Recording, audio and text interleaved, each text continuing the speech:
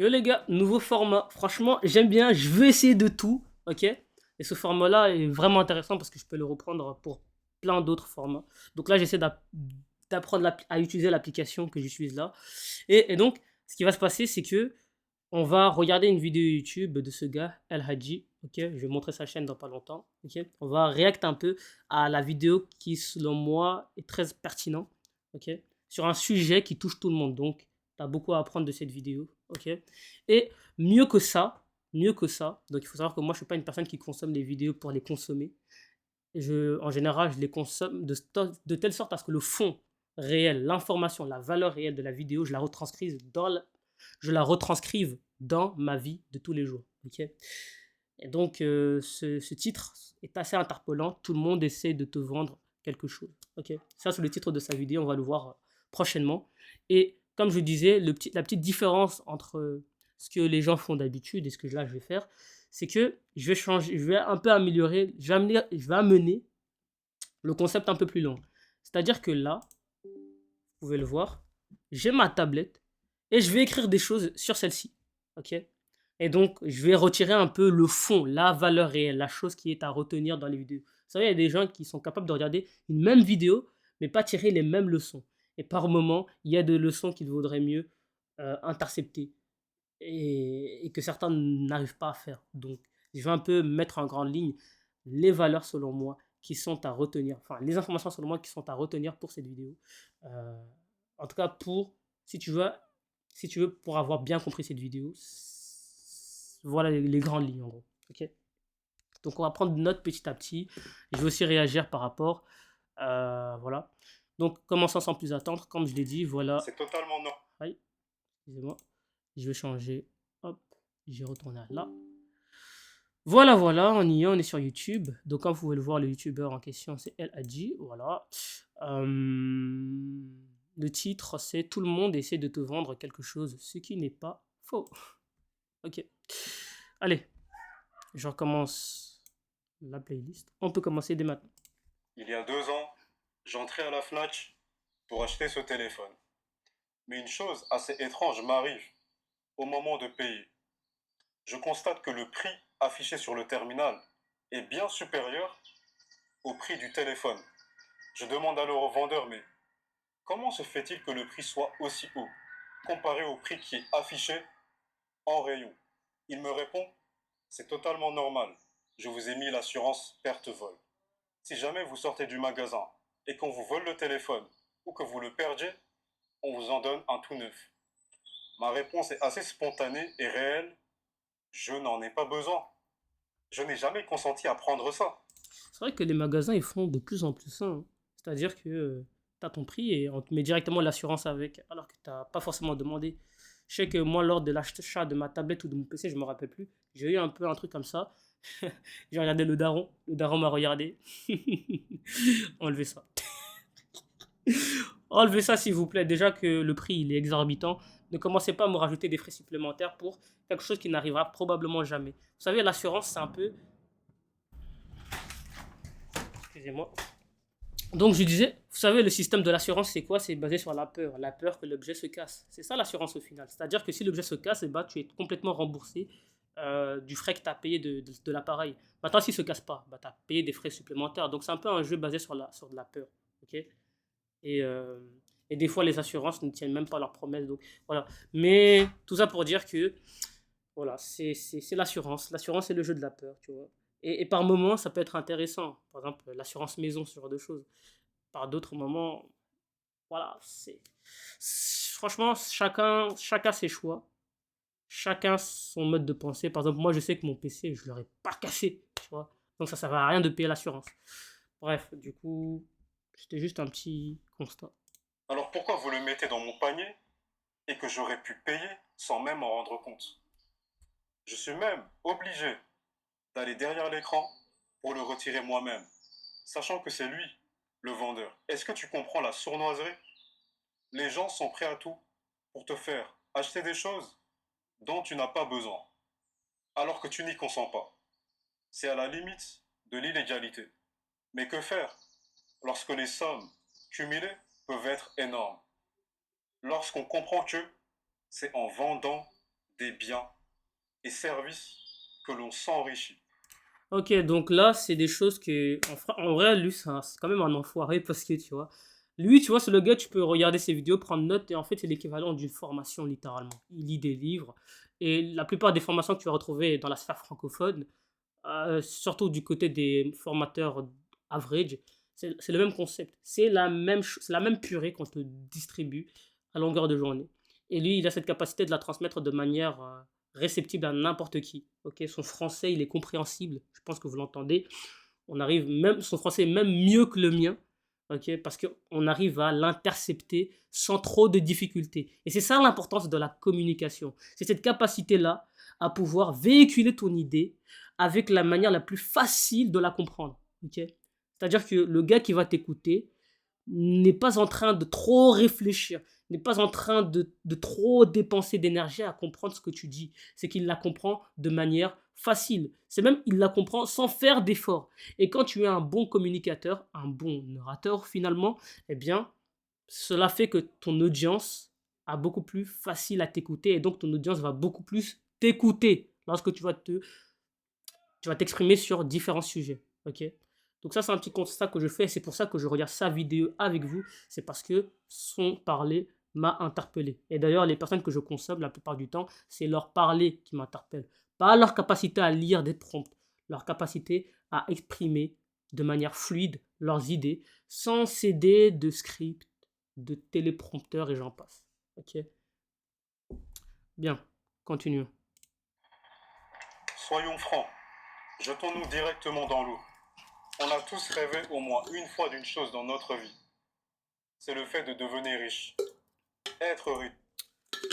Il marque une vérité. Le menteur, l'hypocrite, te dirait que être riche, c'est pas une finalité, c'est pas important, c'est pas grave. Au final, le menteur, c'est quoi?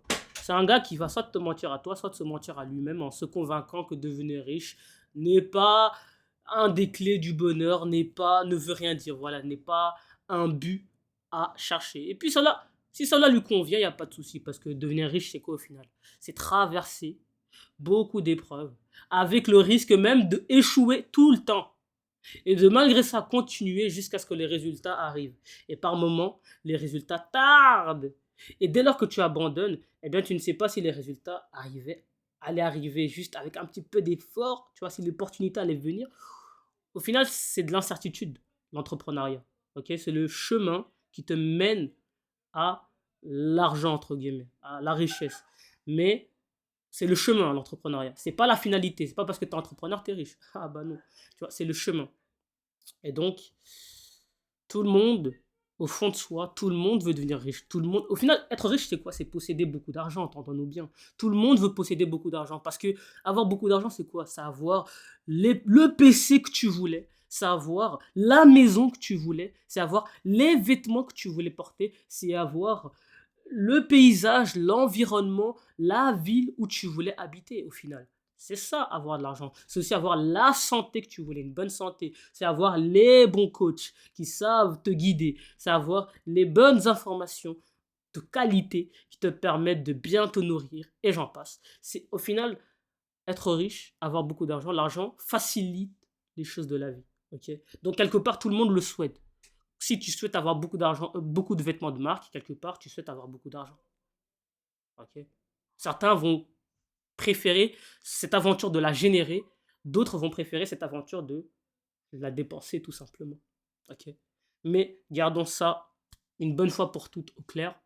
Tout le monde veut de l'argent, mais pas au même degré. Ok, pas au même degré. Le gars qui est pauvre, qui crève de faim, a beaucoup plus envie d'avoir de l'argent, même si ce n'est qu'un peu de quoi se nourrir, ok, que le gars qui vit dans un 4 mètres carrés avec le frigo un peu rempli comme ça et voilà, les besoins primaires de combler. Est-ce que vous voyez ce que je veux dire?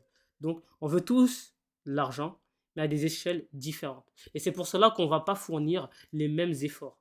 Ok, certains sont prêts à aller jusqu'à la mort pour obtenir cette chose qui est la richesse. Et d'autres, pour eux, ce n'est que secondaire, parce que quelque part, ils ont déjà les choses qu'ils espéraient déjà avoir. Moi, par exemple, mon seul besoin de l'argent, ce n'est pas les matériaux. J'ai déjà tout ce que j'ai envie d'avoir dans cette vie. Mes parents ont fait leur boulot. Ok. Mais moi maintenant, c'est à mon tour de les récompenser. Et donc, quelque part, je veux l'argent pour pouvoir prospérer avec eux. Ok. Donc, on a tous nos motivations. Chacun a nos motivations. Et le degré de motivation va impliquer le degré d'action par moment. Enfin bref, je ne vais pas m'éloigner. On va revenir à ce qu'il disait. Donc, on veut tous de l'argent. Juste comprenez ça. Tout le monde veut devenir riche. Mais alors, comment devenir riche? C'est ça la question, au final. Riche. Non pas pour le fait d'accumuler des biens matériels, mais pour la liberté que ça nous procure. Exact. Avec cette richesse, tu peux choisir sur quoi tu focalises ton énergie et ton temps. C'est ça. Tu peux choisir avec qui tu es et où tu te trouves. Lorsque tu n'as pas accès à cette richesse, tu subis la vie. Tu es un subordonné, littéralement, conformément au droit du travail. Et le sujet de la richesse m'a toujours omnibulé. Je suis toujours obsédé par cela. Je me demandais, mais comment se fait-il qu'il y a des gens qui se lèvent hyper tôt, qui ont fait sans doute les meilleures études possibles, mais à la fin de la journée, ils sont soumis. À la fin de la journée, c'est eux qui reçoivent les ordres. Ouais, ouais, ouais, ouais. Bon, ça, c'est des choses, franchement, tout ce qu'il dit là dans la vidéo, c'est des choses que j'ai déjà constatées moi-même dans ma vie. Et des choses aussi que j'ai pu apprendre au moyen des formations que j'ai payées chez deux formateurs différents. Ok. Et d'ailleurs, c'est pas de l'arnaque, donc en vrai de vrai, j'ai bien investi mon argent, je tiens quand même à le souligner, mais je ne donnerai pas mes références. Ok. Donc, je disais quoi? Je disais, ouais. Ouais, ouais, ouais. Les médecins, c'est pas les plus riches du monde. Sauf si tu te trouves au States et que t'es chirurgien.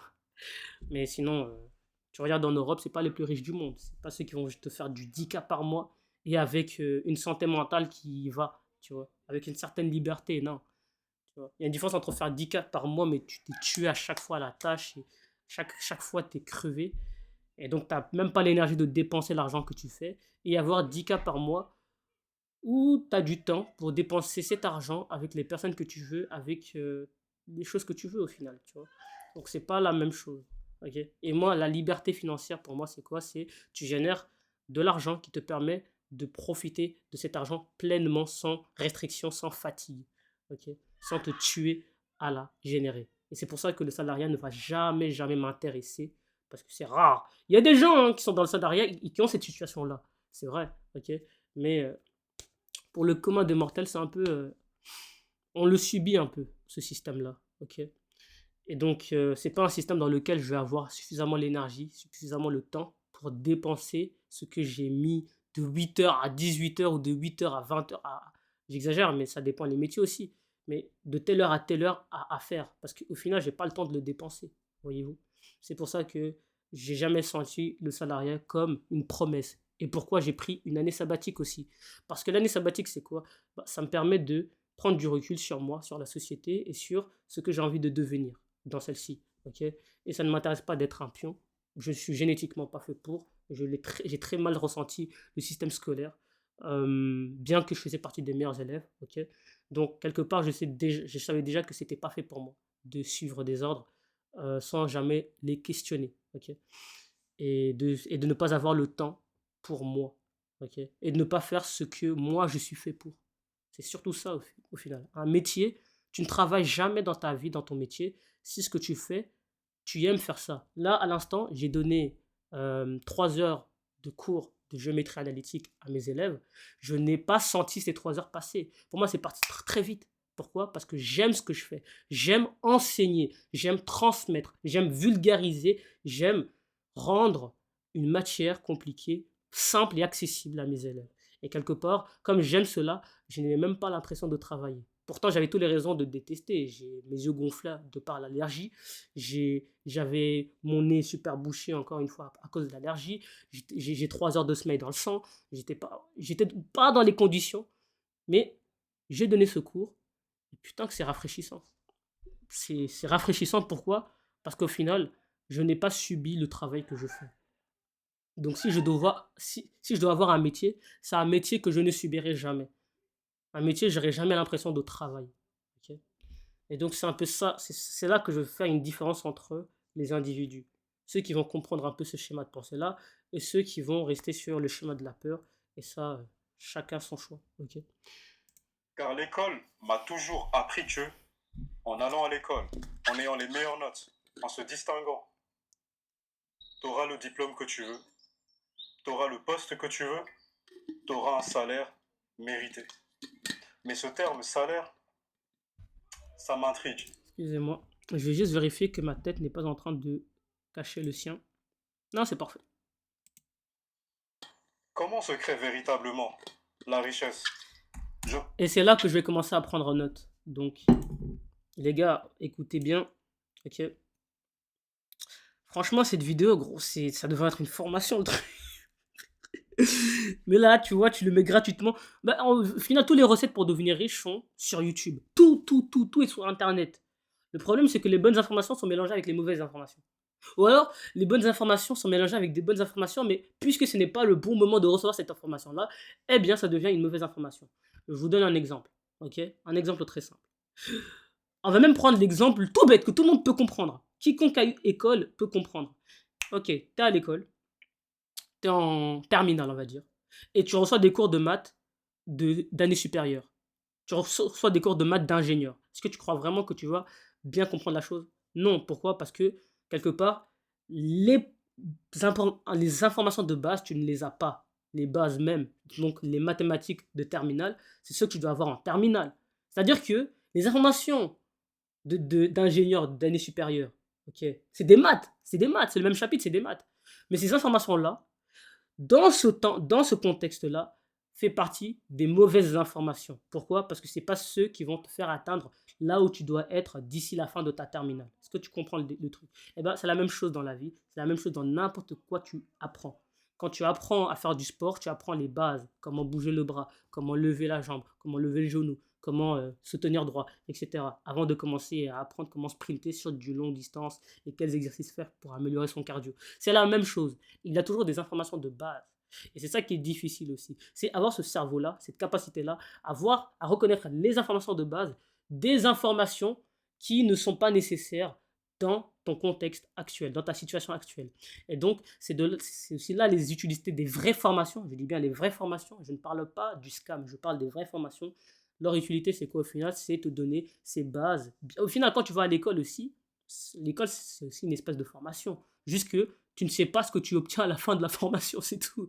Mais sinon, c'est la même chose. Donc, tu reçois une ligne directrice, un raccourci, quelque chose qui t'évite de t'éparpiller sur toutes les informations qui existent sur la toile. Ok. Et donc, voilà. Bien. On va donc passer aux notes. Donc, il a dit comment se crée la richesse. Ok. Donc, hop. Je vais l'écrire. Comment se créer. Je vais quand même augmenter la taille. Attendez. Est-ce qu'on peut faire pause ici? Ah non, on peut pas faire pause. Ah, c'est bizarre. Bon, c'est pas grave. Hop. Je vais juste agrandir un peu. Voilà. Là, c'est mieux, je trouve. Là, c'est mieux, je trouve. Donc, comment se crée la richesse? Donc, au final, comment avoir beaucoup d'argent? Comment se crée la richesse? Donc, voilà. Comment on devient bling bling? Comment on génère de l'argent? Et là, il va vraiment dire une chose que même dans mes formations. Les gars, le gars lui-même, à lui tout seul, il a résumé un module d'une formation que tu pourrais acheter à 300 balles. C'est insane, il est bon. Et je vous partage ça gratuitement. Vous imaginez? Mais j'aime ça, moi. Ok, donc je vais descendre un peu la chose. Hop, hop, hop. Là, c'est parfait. Ah non. Bon, on s'en fout. Bien, comment se crée la richesse? Donc là, il va énumérer 3 points. 1, 2, 3. 3 manières qu'on a. Et c'est les 3 seules manières qui existent de faire de l'argent et d'avoir une certaine richesse. C'est les 3 manières qui l'expliquent. Ok? Vous allez. Et comprendre ça, ok? Comprendre ça, c'est important. Pourquoi? Parce que tout n'est que argent dans la vie au final. Pour vivre dans ta maison, tu dois payer le loyer. Tu dois acheter la maison aussi. Tu dois payer les factures d'eau, le gaz, l'électricité, et j'en passe. Tu dois payer les besoins alimentaires, la nourriture, les besoins hygiéniques, les vêtements si tu es une fille, les bandes hygiéniques, le savon, le shampoing, et j'en passe. Tout ceci se possède grâce à l'argent. Ok. Donc voilà, on va écouter un peu ce qu'il a à dire par rapport à ça, comment obtenir cet argent-là finalement. J'observe la société, j'observe l'histoire, je l'étudie, et j'en conclus une chose assez simple. C'est le commerce qui enrichit. C'est la vente. Comment se fait-il qu'à chaque coin de rue, il y ait tant de fast-food qui achètent à 1 euro, revendent à 5 euros et sur une année, c'est des centaines de milliers d'euros de bénéfices. Dans l'histoire de l'humanité, une personne pouvait s'enrichir et peut s'enrichir que de 3 façons différentes. La guerre, les prélèvements obligatoires et la vente, le commerce. La guerre, bon, c'est assez simple. Donc là, je vais vous montrer un peu. Donc je vais faire la liste, comme il l'a dit. Au final, la guerre, c'est quoi? C'est un concept où tu vas voler l'argent. Ok. Le deuxième, bon, les prélèvements obligatoires, comment j'appellerais ça? Déjà, le troisième, c'est quoi? C'est la vente. C'est l'échange de services. Donc, valeur perçue, du coup, le service. Tu échanges de la valeur contre de l'argent. C'est ça finalement, la vente. C'est, tu as quelque chose à vendre et tu l'échanges en échange de l'argent. Et le troisième moyen, c'était, ah, je me rappelle plus. Mais bon, lui, il appelle ça taxe. Ok, prélèvement obligatoire, c'est au final les impôts et j'en passe. Donc ça, c'est vraiment, ça, c'est les choses, ça, c'est les pouvoirs qui appartiennent à l'État au final. Il va le dire hein, dans pas longtemps.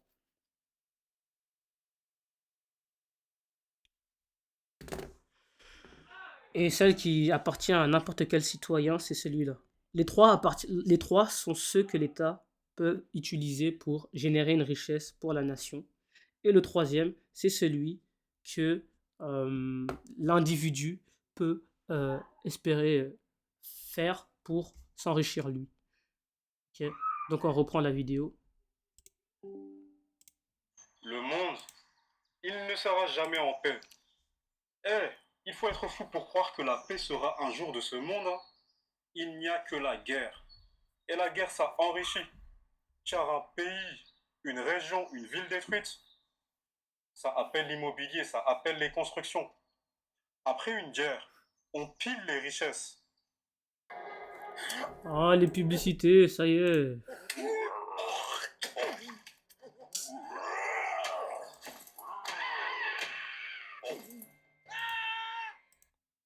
De son voisin, de celui avec qui on était en mauvais termes.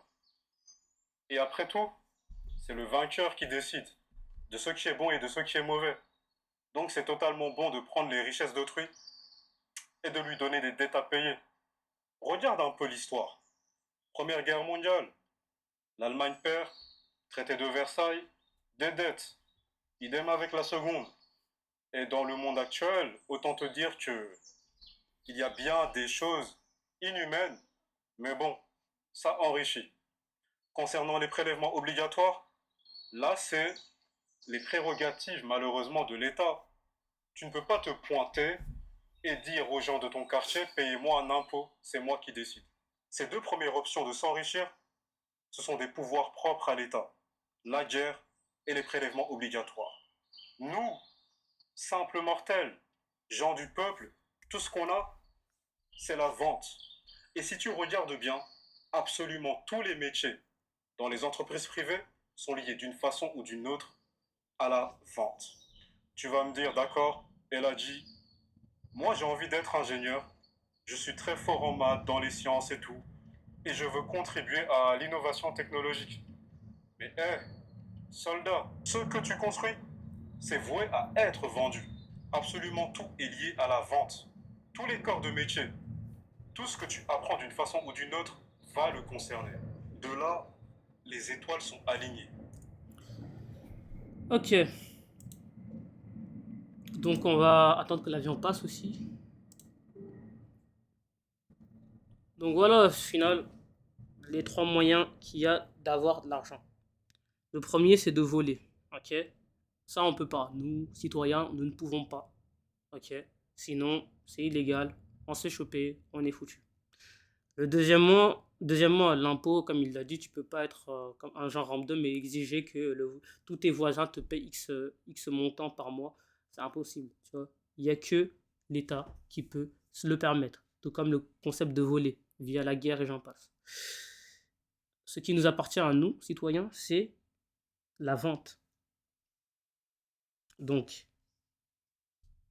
je vais écrire la vente. Et la vente consiste en quoi, finalement?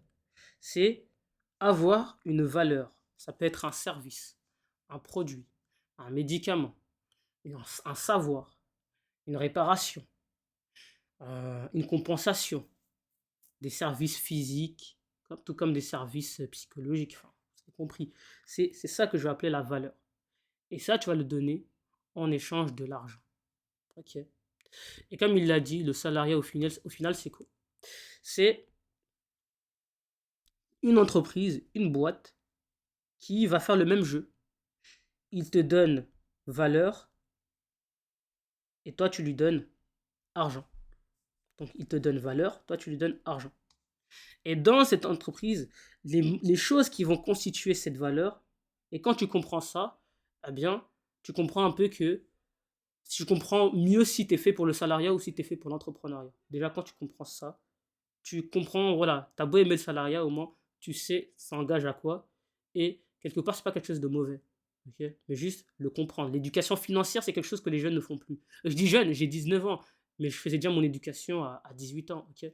Donc, euh, donc voilà, c'est quelque chose qu'on n'apprend pas à l'école de toute façon. Et le peu de choses qu'on apprend à l'école est en retard par rapport au marché réel. Bref, donc, tu as les valeurs.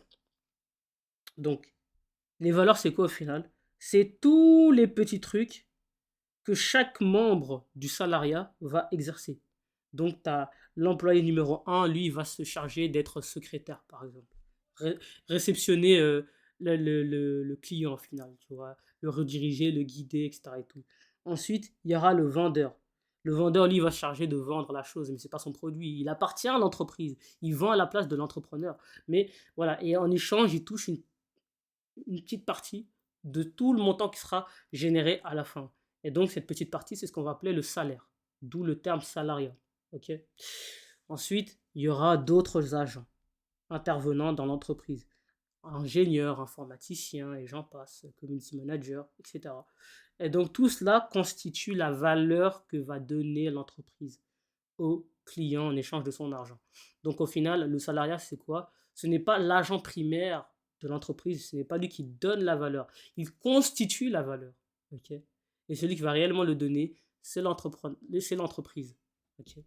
Ce sera l'entreprise qui touchera le plus gros morceau. Elle sera les quelques miettes, les 2000, 3000 euros. Bon, 3000 euros, c'est. Vous m'avez compris, qui donnera ces petits perçus qu'on appelle salaire aux autres agents. Ce n'est pas forcément une mauvaise chose. C'est comme ça que marche le business. Ok. Donc, continuons sa vidéo qui m'a l'air franchement pertinent. Même j'ai beau le revoir une deuxième fois et il n'empêche que j'en apprends plus. Surtout quand tu comprends le rôle fondamental de l'école. Le but de l'école n'est pas de te rendre plus intelligent, ni même de mesurer ton intelligence avec les notes. Il a raison. On dit, non, pour le coup, il marque un point. Oh, oui, désolé. Je vais arrêter de toucher à tout comme ça. À tout va. Donc je disais, il a raison. Et c'est pas, en général, tu vois, les gens vont pas écouter ce constat. Les gens vont fermer les yeux, ils vont dire, oh, encore un raté de l'école qui est en train de. Moi, je suis la preuve vivante même que, voilà, tu peux pas appliquer ça à moi, tu vois. Tu peux pas dire que là, ce que je vais te dire, c'est parce que je suis nul à l'école. Parce qu'au contraire, je suis tellement doué à l'école que je me suis ennuyé pendant mes années terminales. C'est pour te dire. Je me suis ennuyé de A à Z. C'était ennuyeux. Si tu veux, l'année la plus dure pour moi, c'était la primaire parce qu'on faisait que travailler, travailler, travailler. On se reposait jamais. Et notre temps de pause, c'était 5 minutes. C'était vraiment que ça. Ça, c'est l'année pour moi qui a été la plus dure. La secondaire, it's a playground. C'est une cour de récréation pour moi. Donc, quelque part, voilà, c'était easy. Too easy for me. Ok? Donc, tu peux pas dire que c'est parce que je suis nul à l'école que je vais te dire ça. Non. C'est justement parce que je suis tellement doué à l'école que j'ai remarqué cela au final. Ok? C'est quelque chose que moi, j'ai pas eu l'occasion de subir parce que j'ai cet avantage d'être doué à l'école, mais que j'ai vu tous mes camarades subir. Ok. Et donc, quelque part, je le confirme, l'école n'a jamais été fait pour mesurer ton intelligence et il faut être d'accord là-dessus.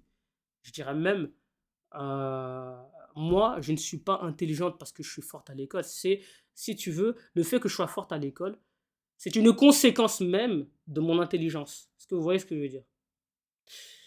Donc, ouais, l'école ne mesure pas ton intelligence du tout, hein. Le structure, il est foireux. Jusqu'au bout. Jusqu'au bout, il est foireux. Mais au final, une école avec ces structures-là, c'est une école qui fonctionne bien. Parce que la conception de l'école, c'est pas créer des gens qui pensent. Ok? C'est juste créer des gens qui vont pouvoir faire des actions. Bref, je ne l'interromps pas, je les laisse continuer.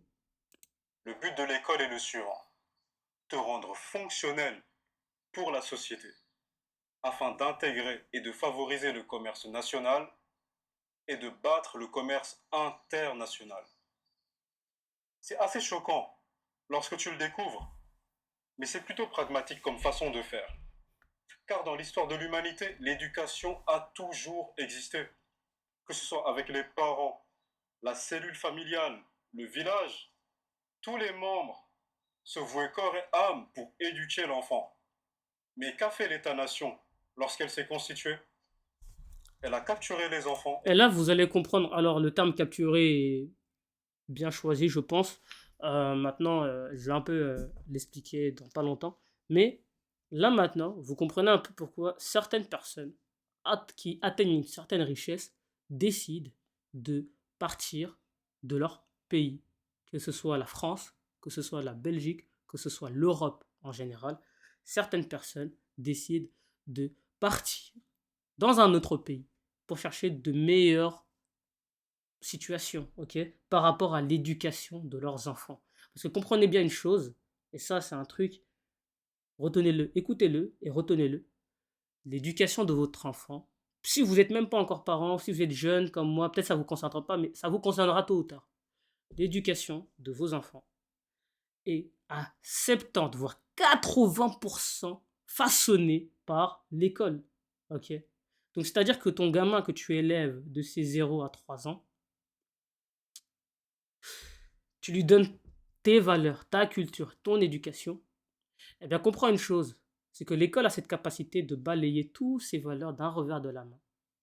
Pour raison que ton enfant, à un certain moment de sa vie, l'école étant obligatoire bien évidemment, à un certain moment de sa vie, va fréquenter cette école de 8h à 16h, pour certains de 8h à 18h. C'est-à-dire que 2 tiers de sa journée, non, un tiers de, oui, on peut considérer ça comme 2 tiers de la journée parce que l'autre un tiers est passé pour dormir, mais on va dire plus d'un tiers de sa journée, ok, est passé dans un environnement qui n'est pas le vôtre. Cet environnement, si c'est un bon environnement, tant mieux pour vous. Si c'est une école qui reflète les mêmes valeurs que vous souhaitez transmettre à vos enfants, tant mieux pour vous. Sinon, eh bien, votre enfant, tôt ou tard, changera. Et vous allez vous demander pourquoi il est devenu comme ça, qu'est-ce qui lui arrive. Ce n'est pas la puberté, c'est l'école qui joue son rôle comme il se doit, tout simplement. Et oui, la puberté joue un rôle, mais justement, la puberté va exacerber ce rôle que joue l'école déjà sur votre enfant. Voilà, voilà, ok. Mieux vaut prévenir que guérir, comme on dit. Et puis, de toute façon, seuls ceux qui possèdent la capacité de s'expatrier et de rester à l'aise financièrement pourront sauver leur enfant du ravage que causent certaines idéologies totalement en contradiction avec la culture même des parents. Ok? Bref, on continue. Et de 3 à leurs 18 ans, l'État décide de ce qui va dans leur esprit, de ce qu'ils doivent accepter comme étant la vérité. Et la vérité, c'est école, diplôme, usine.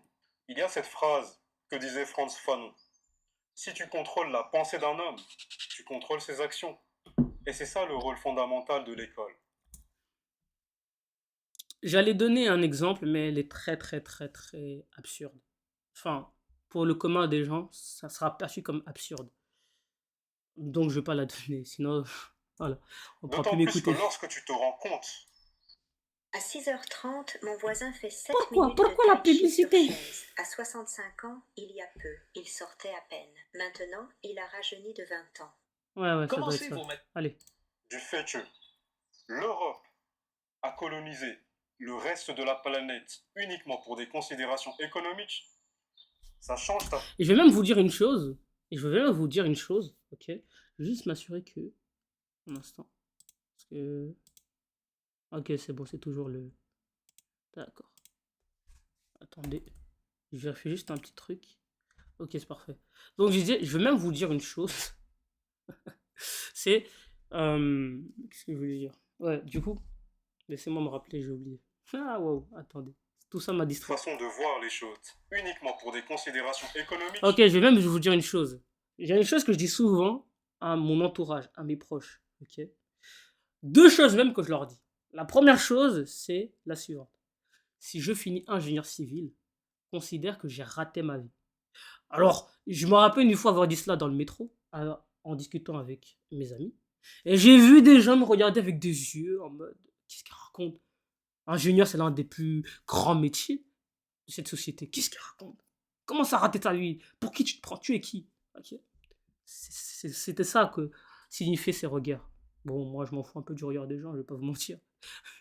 Mais quand même, c'était ironique pour moi. Donc, pourquoi je dis ça? Et une deuxième chose que je dis, ok, c'est la suivante. Attendez, laissez-moi m'en rappeler. à coloniser. Ok, c'est bon, je me rappelle. C'est la suivante. Le métier que je rêve de faire n'existe pas et n'a jamais existé. Il n'existe que dans des cadres exceptionnels. Ok, que dans des cadres où vraiment l'école a pour but d'éduquer des élites. C'est dans ce seul cadre que le métier que je rêve existe.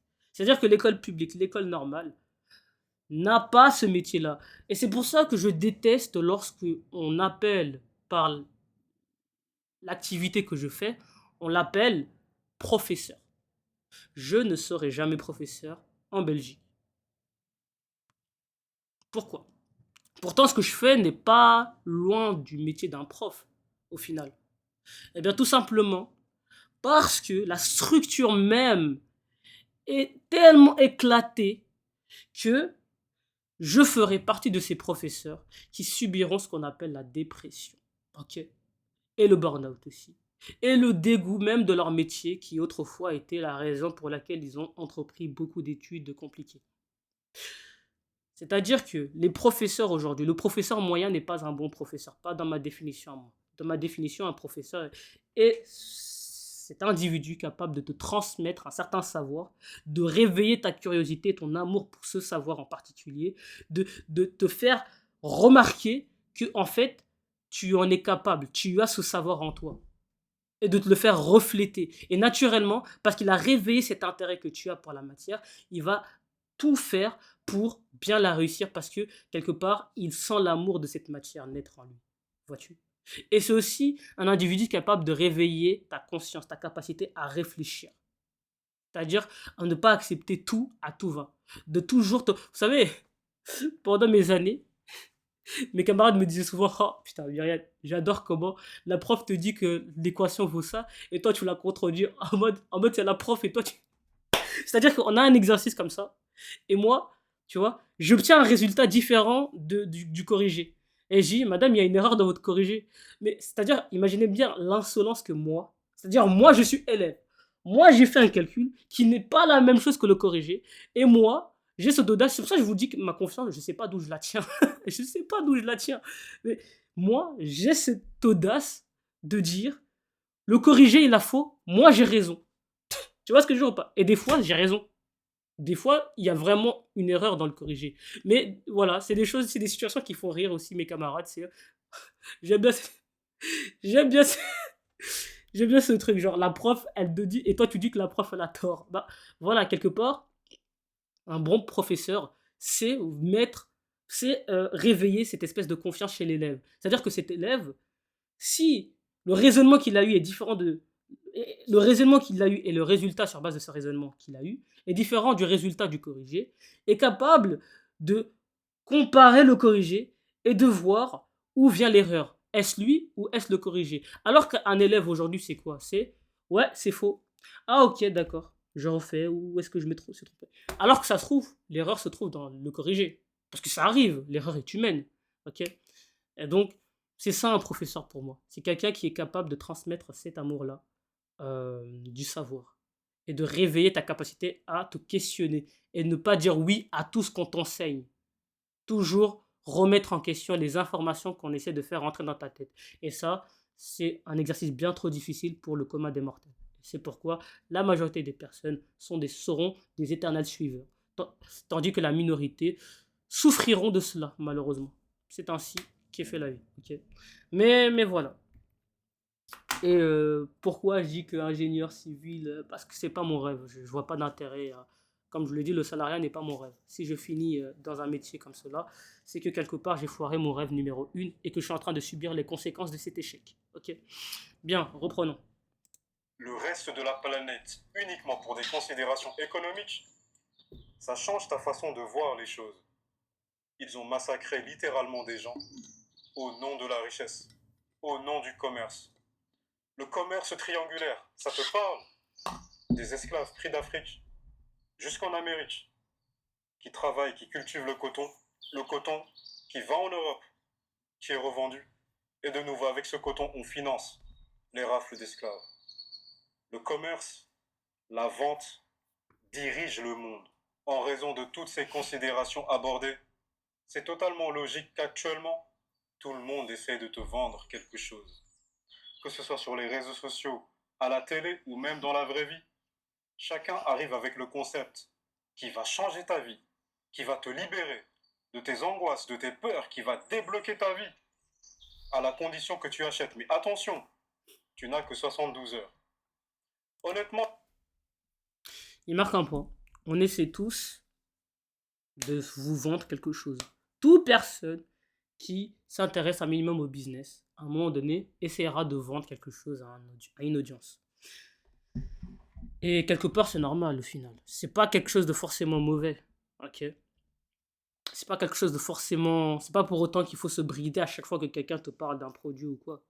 Non, c'est pas ça. Parce que quelque part, ton argent, de toute façon, tu vas le mettre quelque part.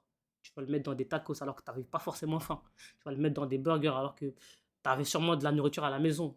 Tu vois, tu vas le mettre dans des vêtements alors que des vêtements, tu en as déjà, juste par effet de mode. Tu vois, tu vas le mettre dans des make-up, pareillement, alors que ça se trouve, ton visage, voilà, tu aurais pu le laisser comme cela. Tu vois, tu aurais pu faire une économie dessus. Vois-tu? Donc, quelque part, la raison pour laquelle tu vas acheter ce maquillage, c'est que quelque part, il y a une douleur en toi que tu essaies de combler avec cette solution-là qui est le maquillage. C'est-à-dire que tu aimerais te plaire à ton reflet. C'est-à-dire que tu aimerais plaire, enfin, tu aimerais kiffer ce que tu vois dans le miroir. Ou tu aimerais plaire à un individu, l'un ou l'autre. Ok. Et que quelque part, le maquillage répond à cette douleur. Et donc, est-ce que le maquillage est mauvais forcément? J'en sais rien. Ok. Ici, dans cette situation, ça règle ton problème. Donc, quelque part, tu consens à donner l'argent en échange de cette solution. Quand tu vas chez le médecin, c'est la même chose. Tu as une douleur, une maladie. Lui, il est là pour les diagnostiquer, pour le trouver et te donner les solutions. Donc, en échange de ton argent, il va te donner la solution à ton problème. C'est comme ça partout. Et quand tu comprends ça, tu peux comprendre certaines... comment on dirait ça? Certains scrupules qu'a des structures, ok, qui constituent notre société à nous faire dépenser beaucoup. Vous savez, si la société consommait comme consomment les hommes sigma ou les personnes qui ont les traits des personnes sigma, l'économie mondiale s'effondrerait. C'est que quelque part, on a besoin de ce 90% d'individus qui dépensent beaucoup, beaucoup, beaucoup pour faire tourner le commerce. C'est essentiel. Et c'est pourquoi l'école ne vous instruira jamais l'esprit critique. On vous dit souvent en histoire, oui, quand tu vois une information, un document, vérifier sa fiabilité, etc. Et tout, ça fait partie de l'esprit critique, etc. Et tout, mais on ne vous incite pas à le pratiquer. À aucun moment, on vous le fait constamment remarquer l'importance d'avoir cet esprit critique-là. Parce que ce n'est pas intéressant pour une société qui veut que son économie tourne bien d'avoir des personnes qui pensent. Ce n'est pas intéressant. Ok. Et quand tu comprends cela, tu comprends certaines, certaines méchancetés entre guillemets de la vie. Ok. Bien. Je ne sais pas quoi en penser. Le seul sentiment qui m'anime lorsque je vois cela, c'est le dégoût en fait. C'est le manque d'honnêteté. C'est la crédulité des gens. Un peu d'esprit. C'est ça, un peu d'esprit critique au final. Donc, je ne blâmerai pas. Euh, c'est pas que je ne blâmerai pas. En fait, juste, c'est un constat des états des lieux. Ok. Là, c'est une analyse. Voilà, comme je l'ai dit, hein, si je prends ce mouchoir, il tombe. Voilà, c'est un état des lieux. J'ai fait un constat voilà, de la situation. J'ai pas dit, ouais, en fait, l'origine de cette action, en fait, c'est la gravité, t'as vu, qui agit des forces sur le centre d'application de ce mouchoir. Et quelque part, ça a provoqué aussi quelques déformations et qui a fait que je m'en bats les couilles. Là, je fais un état de lieu, le mouchoir, il est tombé. Voilà. Je suis pas là en train de questionner l'origine. Comment on pourrait faire en sorte que ce mouchoir, il ne tombe pas? Comment on pourrait... Je ne suis pas là. Je fais juste le constat. Ok? Un constat. Une observation. C'est tout. Il n'y a pas de jugement, il n'y a pas de ça vient de tel truc, comment on pourrait changer les choses. Non, je fais juste un constat des lieux. Ok. Après, ces informations-là, vous le triez comme vous voulez sur base de votre logiciel. Donc, comme je le dis, il n'existe pas de vérité absolue. La vérité est conceptuelle. Cela dépend sur quel logiciel vous vous basez. Si vous vous basez sur le logiciel de la religion, forcément, votre vérité ne sera pas la même que la vérité d'une personne qui se base sur le logiciel de la nature ou le logiciel de la société. Ok. Tout simplement. Donc il existe autant de logiciels qu'il existe de communautés finalement. Bien. Continuons. Critique, s'il vous plaît. Après, je ne sais pas. Parce que beaucoup de gens vivent avec de l'anxiété, avec des insécurités. Mais de Et donc l'autre, quelque part, comme je vous l'ai dit, et c'est là que vous allez comprendre un peu la perfidie des choses, et je vais même le noter avec vous, comme ça vous allez peut-être mieux comprendre, mieux visualiser surtout, faire le constat par vous-même. Comme je l'ai dit, la vente c'est quoi finalement? C'est une valeur, une solution qui répond au final à un problème. Ok? C'est ça au final la valeur.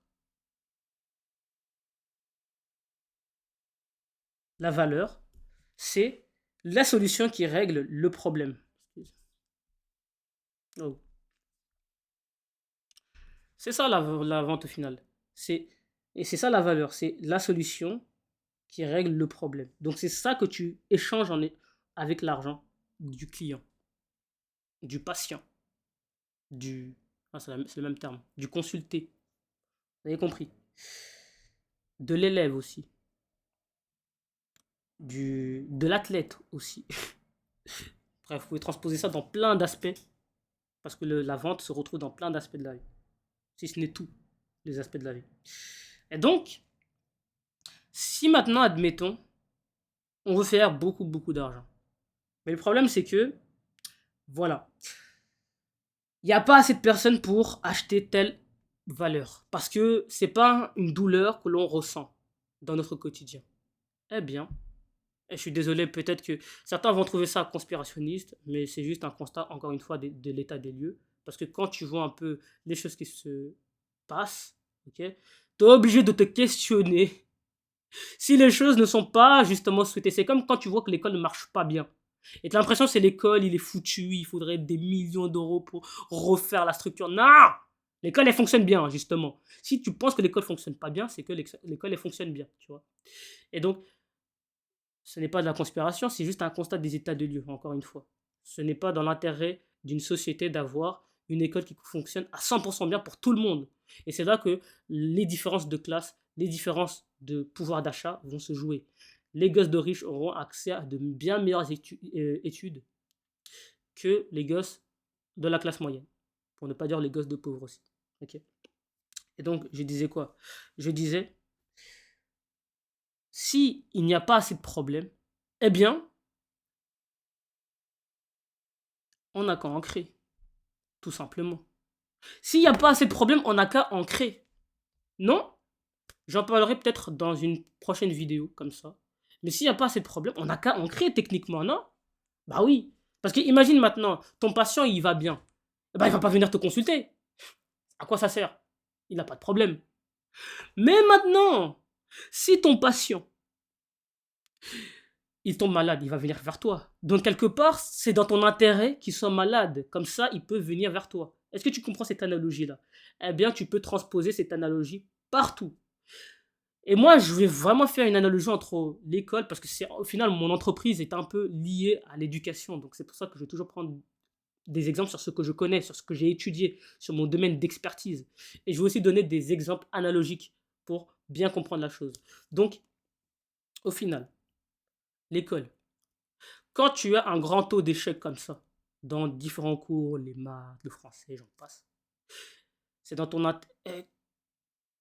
il faut quelque chose pour régler le problème de ces élèves qui ratent l'école, qui réussissent pas bien. Et c'est quoi le problème qu'on va trouver? C'est quoi la solution qu'on va trouver? Ah bah, c'est les cours particuliers. Les cours particuliers, c'est quoi au final? Bah, c'est comme le cabinet médical. À chaque fois que tu tombes malade, on va te donner un médicament pour cacher les symptômes de ta maladie, pour que tu puisses continuer à travailler comme si tu étais guéri. Mais au final, tu n'es pas totalement guéri parce que la semaine prochaine, le mois prochain, tu reviendras chez ce médecin pour qu'il te prescrive de nouveaux médicaments et pour que la chaîne se répète. Ok? Et je vois les cours particuliers de la même manière. C'est pour ça que, à partir de l'année prochaine, je pense que je ne ferai plus de cours particuliers. Et si je dois le faire, je le ferai cher. Comme ça, moi, je ne perds pas mon temps inutilement. Et comme ça, le gars, il est découragé à l'idée de me prendre. Parce que j'ai les compétences. Maintenant, je veux les utiliser pour les bonnes choses. Ok. Et donc, c'est pour ça que moi, quelque part, je vais m'orienter vers mes formations et mes accompagnements. Tout simplement. Parce que ça, c'est le remède. La chose, tu as t'as tous les outils pour régler ton problème, mais en plus, ces outils vont t'aider à régler les prochains problèmes. C'est-à-dire, c'est ce médicament qui va régler tes symptômes, mais aussi de la maladie en même temps. C'est-à-dire que tu n'auras plus besoin de revenir vers moi. Où est l'intérêt dans l'histoire? Où est mon intérêt? Ah bah, écoute, quand tu es une bonne personne, t'es un peu niqué, t'es un peu niqué, je dois l'avouer, mais au moins, voilà, c'est vrai que l'intérêt, il est... Eh gros, mon niveau d'intérêt, je suis capable d'aider une personne gratuitement. Non, je vous jure, là, je suis comme ça, c'est... Voilà, mais c'est juste le facteur temps qui fait que je suis obligé de facturer. Et aussi parce que j'ai envie du coup d'atteindre la liberté financière hein, pour faire prospérer mes parents, donc quelque part, voilà quoi. Mais vous avez compris l'idée. Et c'est là que tu vas comprendre un peu la magie de TikTok, la magie de toutes ces choses qui existent et qui vont exacerber un certain mal-être. Voilà. TikTok fait dépenser beaucoup plus de personnes qu'auparavant. Pourquoi? Parce que je vais même pas aller dans les grandes lignes, ok? C'est peut-être une vidéo où je ferai ça, mais j'ai pas envie d'aller trop loin non plus, parce que j'essaie de pas dépasser une certaine durée de la vidéo. Mais voilà, vous avez compris l'idée. Donc des fois, quand il n'y a pas de problème, ben, faut la créer. Faut la créer pour que l'argent tourne. Les masques, ça a été lucratif. Le business du masque a été tellement lucratif pendant la période Covid. Pourquoi? À la base, on n'avait pas besoin de masque. On a créé un problème tel que l'usage du masque eh bien, voilà, devient un problème à résoudre. Voilà, une solution. Ouais, comme ça. Ok. C'est un exemple. Hein. Ne commencez pas à me traiter de conspirationniste. Je donne juste un constat des états des lieux. Je ne dis pas que c'était voulu. Je ne dis pas que c'était intentionnel. Quoique je me questionne. Mais pour autant, je n'affirme pas cela. Je fais juste un constat des états des lieux. C'est tout. Ok. Et vous êtes responsable de votre interprétation de ce que je dis. Ok. De l'autre côté, tu as ceux qui l'exploitent sans aucun scrupule. Vendre n'est pas sale. Vendre est la clé qui te permet de t'enrichir. La richesse, ce n'est pas quelque chose de mal. En France, on a cette mauvaise vision de la vente, Et en Belgique cette aussi. mauvaise vision de l'argent. Il faut débloquer cette faille qu'on a dans le cerveau qui fait que dès qu'on parle d'argent, on sautille, on se cache. Il faut en parler sans tabou, sérieusement. Vendre, ce n'est pas le mal. Ouais, excusez-moi, j'ai pas mis le. Waouh, j'ai pas mis Je vais changer le... Voilà. Ok, je vais remettre un peu vers l'arrière. En France, on a cette avec des insécurités, mais de l'autre côté, tu as ceux qui l'exploitent. Ok, Le dégoût, en fait, voilà, c'est là. c'est le manque d'honnêteté, c'est la crédulité des gens. Un peu d'esprit critique, s'il vous plaît. Après, je ne sais pas, parce que beaucoup de gens vivent avec de l'anxiété, avec des insécurités, mais de l'autre côté, tu as ceux qui l'exploitent sans aucun scrupule. Vendre n'est pas sale. Vendre est la clé qui te permet de t'enrichir. La richesse, ce n'est pas quelque chose de mal. En France, on a cette mauvaise Et vision en Belgique aussi. de la vente, cette mauvaise vision de l'argent. Il faut débloquer cette faille qu'on a dans le cerveau qui fait que dès qu'on parle d'argent, on sautille, on se cache. Il faut en parler sans tabou, sérieusement. Vendre, ce n'est pas le mal. Le mal, c'est faire des fausses promesses de transformation à des gens qui sont dans le mal. Et c'est là où je vais être d'accord avec lui. Au final, le business n'est pas éthique à la base des bases. C'est-à-dire que le business répond à la loi de l'offre et de la demande. S'il y a de la demande, eh bien forcément, il y aura de l'offre qui va répondre à cette demande. S'il y a des prostituées, au final, c'est parce qu'il y a des gens qui ont besoin de ces prostituées-là. Et c'est pas une mauvaise chose. Je fais juste un constat encore une fois. S'il y a des consommateurs, enfin, s'il y a de plus en plus de filles, par exemple, qui se mettent au OnlyFans et ce genre de choses, OF, je sais pas si c'est censuré. Eh, mais commencez pas à me penser le YouTube. Moi, je suis personne de toute façon dans ma vie. Ah, vas-y, ça y est. De toute façon, je suis pas payé. Je suis pas payé. Je suis pas monétisé. Donc, je disais, s'il y a de plus en plus de personnes qui font ces choses-là, qui sont perçues comme mauvaises, c'est que quelque part, il y a de la demande. S'il y a de plus en plus de personnes problématiques qui s'expriment sur des sujets qu'ils ne connaissent pas et qui incitent à la haine, c'est que quelque part, il y a cette demande. Ok. S'il y a des personnes problématiques qui buzzent, c'est que quelque part, il y a une demande. Ok.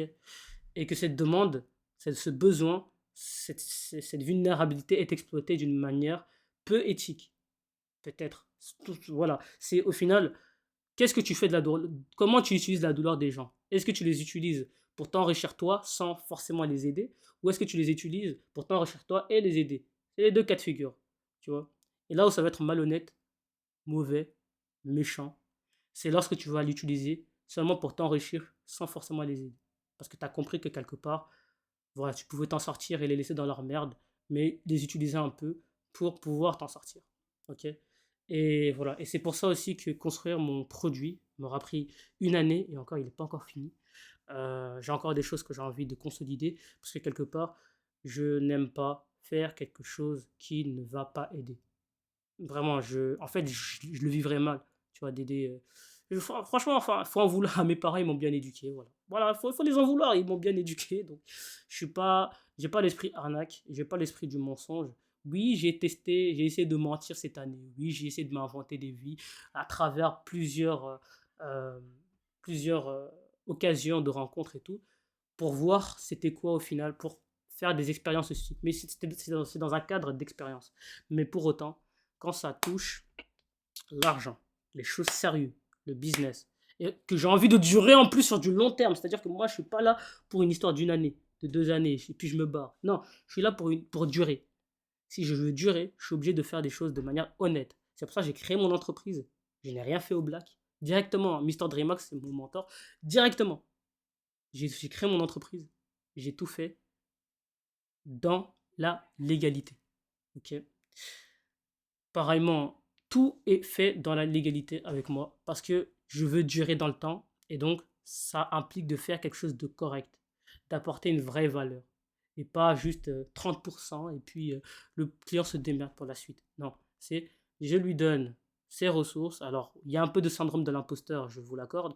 Je lui donne vraiment la promesse que je lui ai promis à ce prix-là et puis c'est bon. Ok. Le reste ne dépendra que de lui. Donc je crée mon produit de telle sorte à ce que si à la fin de la consommation de mon produit, tu n'es toujours pas capable d'intégrer Polytechnique et que tu l'as acheté, je sais pas moi, il y a 4 5 mois avant même l'examen, c'est que quelque part,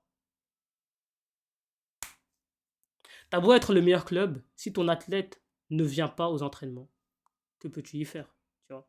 Donc, t'as beau avoir la meilleure formation aussi, si le client ne le consomme pas, comme tu lui as dit de le consommer, que peux-tu y faire, vois-tu? Mais voilà, donc quelque part, il a raison. C'est le business n'est pas bien, il n'est pas méchant. Le business, c'est le business, tu vois. C'est à toi de voir où se situe ta limite, ta ligne morale, ton éthique, au final. C'est à toi de voir ça, tu vois. Et certaines personnes sont sans vergogne. Ok, c'est la vie. C'est la vie et il faut le savoir, surtout le savoir.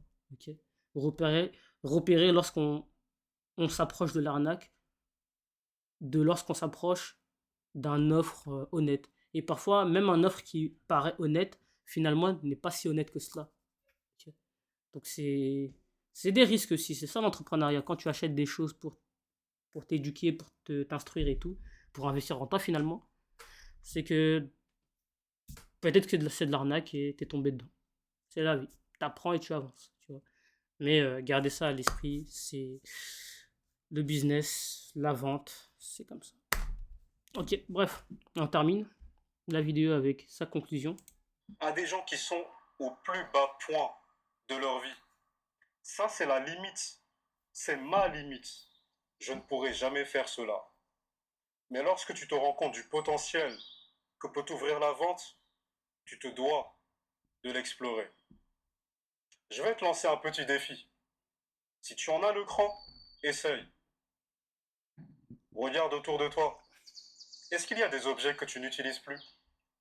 Prends-les en photo. Mets-les sur cette application à qui je ne vais pas faire de la pub parce que je ne suis pas payé. Et essaye de le vendre. Vendre, c'est une expérience que chaque humain devrait tenter. C'est en vendant qu'on a... J'ai testé et franchement, cette année est une réussite pour moi. Pourquoi? Parce que je suis capable de facturer une personne 500 euros. Voilà, j'ai créé une valeur au-dessus même de 500 euros, mais je mets 500 euros parce que c'est dans le pouvoir d'achat non plus de mon avatar client. Donc forcément, je dois, je dois pas mettre un prix hors. Peut-être l'année prochaine, l'année d'après, je créerai une valeur encore plus supérieure et je mettrai un prix qui sera extravagante pour mon avatar client, mais qui, sur base du vrai prix, je suis vraiment comme ça, moi, tu vois. Je mets toujours 30% de la valeur perçue de mon produit. C'est-à-dire que là, mon produit, il vaut 2000 euros. Je vais pas vous mentir, hein, mon produit, tu l'achètes, son prix normal, c'est 2000 balles.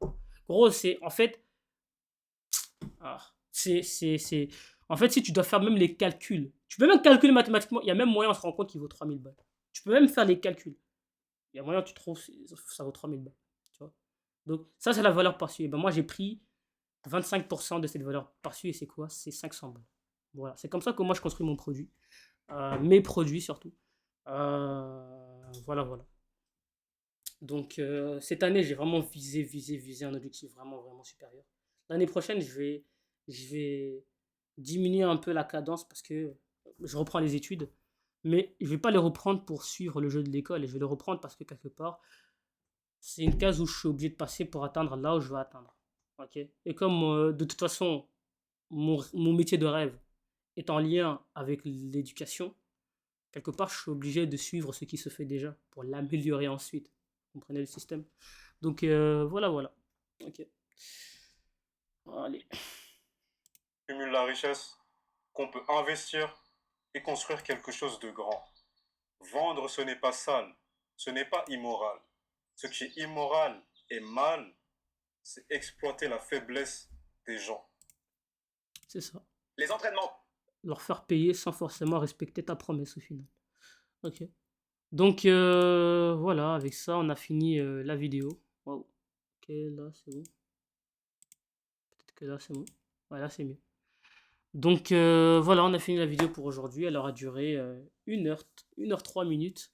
Donc il y a beaucoup de valeur, hein. Franchement, mes vidéos c'est ça. C'est pour ça que personne va les regarder. Personne n'a le cardio de les regarder parce que c'est de la valeur et personne n'aime bien trop réfléchir, trop apprendre. En général, quand tu es sur YouTube, pour la majorité des gens, tu es là pour consommer. Tu n'es pas là pour apprendre à produire. Tu es là pour consommer, mais en mode divertissement. Tu vois, tu n'es pas là pour apprendre des choses forcément.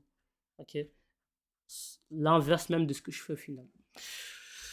Voilà, voilà. Bah, on va se laisser, hein.